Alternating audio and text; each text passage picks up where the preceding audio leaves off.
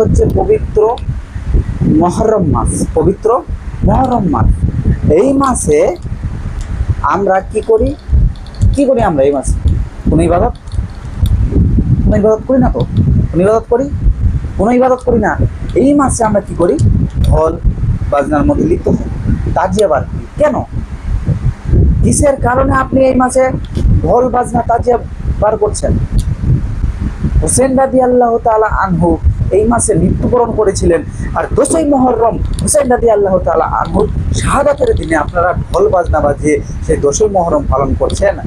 যত ইয়া হোসেন বলে ঢোল বাজনা বাজান,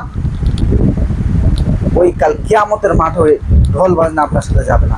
কাল কিয়ামতের মাঠে যাবে তো শুধুমাত্র আপনার নেক আমল। ওই অন্ধকার কবরের মধ্যে যখন আপনি যাবেন, কি নিয়ে যাবেন? ভেবেছেন একবারও? ভাবেন। ভাবতে হবে।